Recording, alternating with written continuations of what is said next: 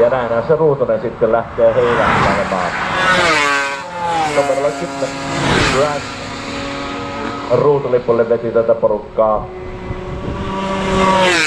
Ja siinä on numerolla 1 sitten Gerard Ranskala.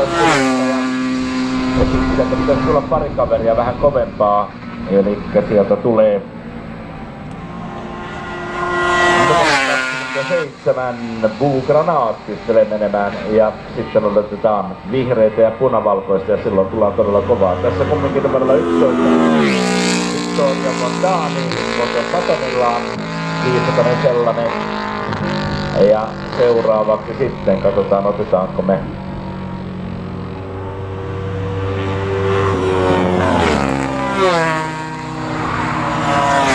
siinä numerolla 7 Pierre Muster ja sitten pitäisi tulemaan nämä 2 nopeaksi todettua. Siinä ensimmäinen nopea Alain Genoud endurance-pyörällään ja vauhtia piisaa. Sitten toinen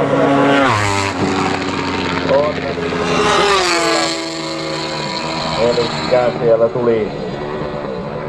tuli